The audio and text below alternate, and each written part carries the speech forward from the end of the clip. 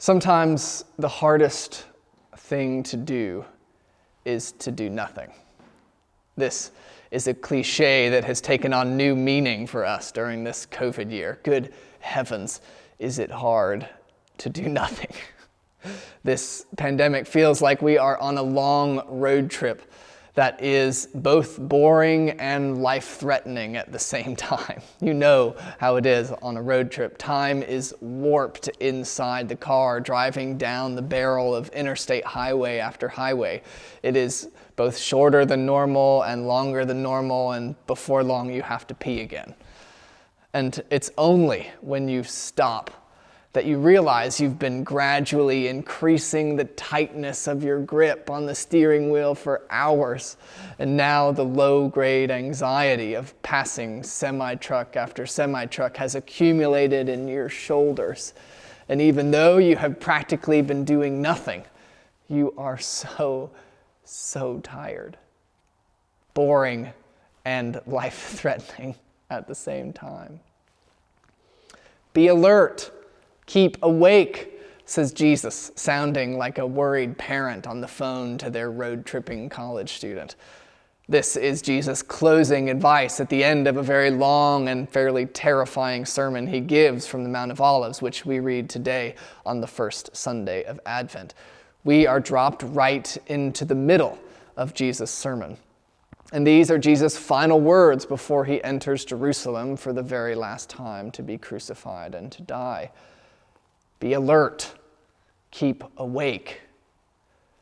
This is exactly the kind of advice that is the opposite of helpful when one is trying to stay awake on a road trip. That is, thinking about needing to stay awake does very little for keeping one awake.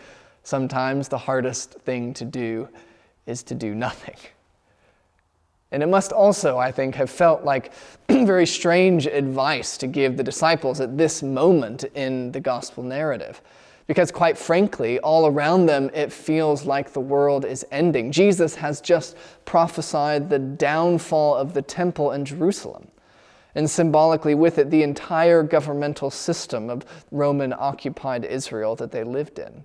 Jesus has, in other words, just upset the most powerful political figures of his world, both Jewish and Roman. And to the disciples, it very much looks like all the momentum that this Jesus movement has been gaining in these 3 short years might all of a sudden be in jeopardy.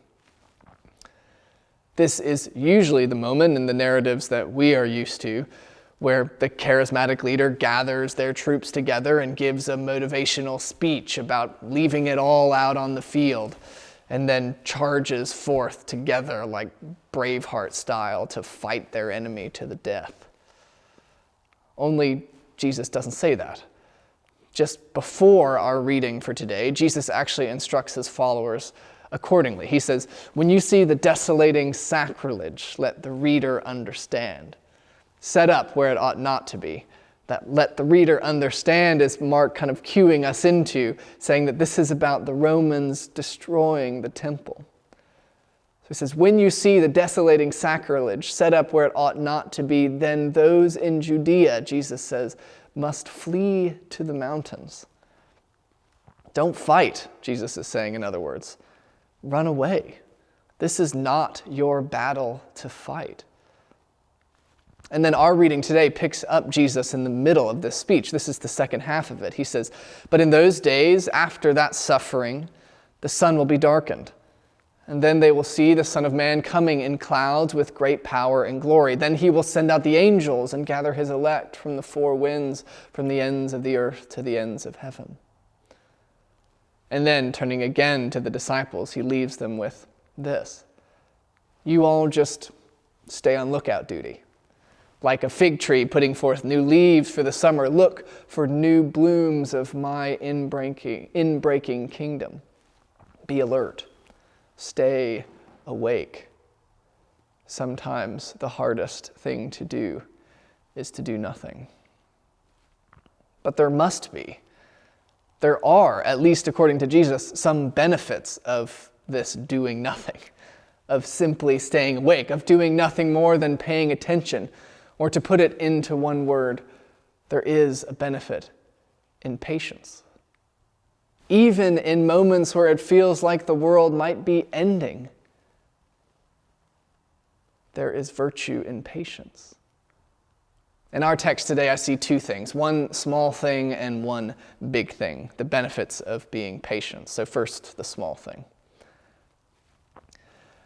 One thing that tends to happen when it feels like the world is ending is that the world divides itself into two teams. Looking back through history, it seems pretty obvious that people love thinking that they are living near the end of the world, and so this tends to happen quite a lot. The world divides itself into two teams. Some might say that it's happening right now. Well, this is exactly what is happening in the backdrop to the writing of Mark's Gospel. So if you'll allow me to do just a little bit of technical ancient Near Eastern history, let me explain. Most scholars agree that Mark's Gospel was written around the time of the 4-year Judean revolt, which was a mini war between the Jews and the Romans that was between the years 66 and 70 AD. Remember, in Jesus' time, Rome controlled Jerusalem as a kind of vassal state. So in the year 66, the Jews led a successful, violent revolt and expelled Roman control from Jerusalem. They regained power. And this, as you might guess, made the Romans very mad. And so Rome planned not only to recapture Jerusalem, to take back over, but to flatten it completely as punishment. So Mark's Gospel is right in the middle of this moment. We think this text itself is sometime after the Jews had retaken Jerusalem, before Rome took it back and destroyed the temple as we know they did in 70 AD. Okay, technical history over. The point of all of this is that in this moment, the whole world was again divided into two teams, between Roman imperial loyalists drawing up battle plans on the one side, and then Jewish guerrilla nationalists committed to defending their city, their temple at all costs. And into this moment, Mark is holding up this speech of Jesus as a way of saying to followers of Jesus that they shouldn't choose either of those teams. Flee to the mountains. Defending the temple with violence is too great a cost to bear. So the small thing is this. Sometimes throwing in your allegiance wholeheartedly behind one team or another is too great a cost to bear for a Christian. One benefit of stepping aside from the fray is that it at least can be a helpful reminder that as Christians we are not citizens of this world, but of the world to come. Patience in this kind of moment opens up a space in us where we can zoom out and see that actually everybody on both sides of the argument are all of them beloved creatures of God. That we, deep down, most fundamentally play for Team Jesus. That God holds our primary and fundamental loyalty, meaning that we ought always to at least hesitate before voicing our support for whatever temporary teams the world has decided to divide itself into this time. Meaning just that whatever support we do decide to articulate, that it is ever only temporary and practical. It is always partial. It is always penultimate. It is always prudential, never ultimate. That's the small point. And that leads to the big point. If we take our focus away from our own action, away from thinking what we can or ought to be doing in history's pressurized moments, that opens up space for us to look for something else, to something that we don't often think to pay attention to something that even now is very rarely paid attention to, and that's this: what God might be doing. Let me just slightly rephrase Jesus' sermon. He is saying, you think that this is the end of the world? Let me tell you what the end of the world will be like. In those days, the sun will be darkened, and the moon will not give its light. And they will see the Son of Man coming in the clouds with power and great glory. And he will send out his angels to gather his chosen from the four winds. The end of the world will not be brought about by you, by your predictable political cycles of violence and rebellion. It will be brought about by God. And you don't know when. No one knows the day or the hour. Whenever it happens, it will not be because of anything you do. It will be because God decides it is time. So the big point, the big takeaway is this. Sometimes God is going to do what God is going to do, whether you like it or not. Whether you participate or not. Whether you know it's coming or not. Sometimes God is going to do what God is going to do. That is what Advent is all about. Advent is a time of waiting, of patience. Advent is a time to recognize that there is actually something revolutionary about patience, that there is something holy about patience. Patience invites us to turn aside from our everyday, predictable political cycles of distraction and violence that we think everything depends on, and ask ourselves a different question than the ones that we typically think to ask. I wonder what God is doing here. What was going to happen no matter what is that Jesus, the Son of God, was going to be born to Mary and Joseph in Bethlehem. But only a few shepherds and a few astrologers from the east were paying attention enough to the signs to recognize that this small event in this small village was something that the God of the universe was doing in their midst.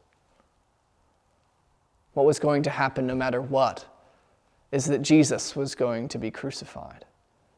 But most of the people there weren't alert enough to recognize this death for what it was. The Romans assumed the empire was just extinguishing yet another revolutionary movement. Many of the Jewish religious leaders thought they were defending the purity of their faith from a heretic.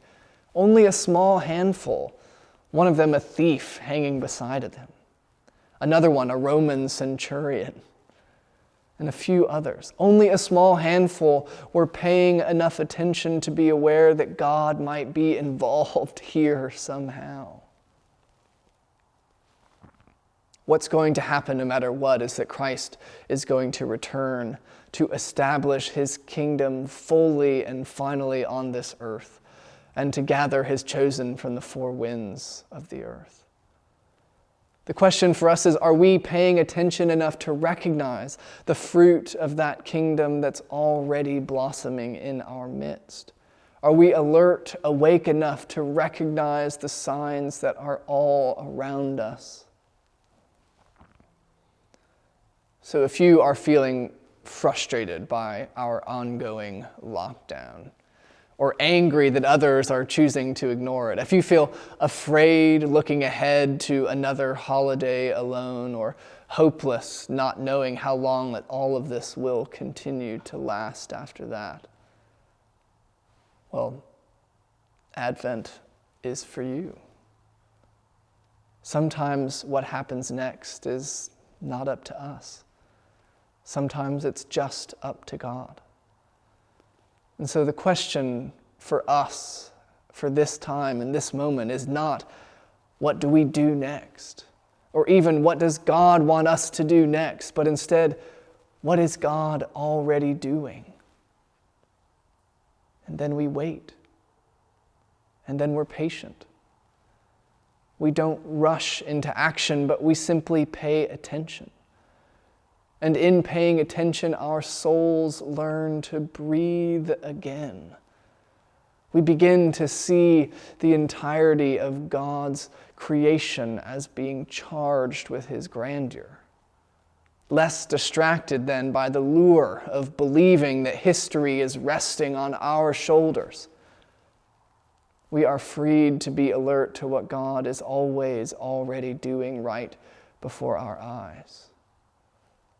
I wonder what God is doing in your life. I wonder what God is doing in your household. Amen.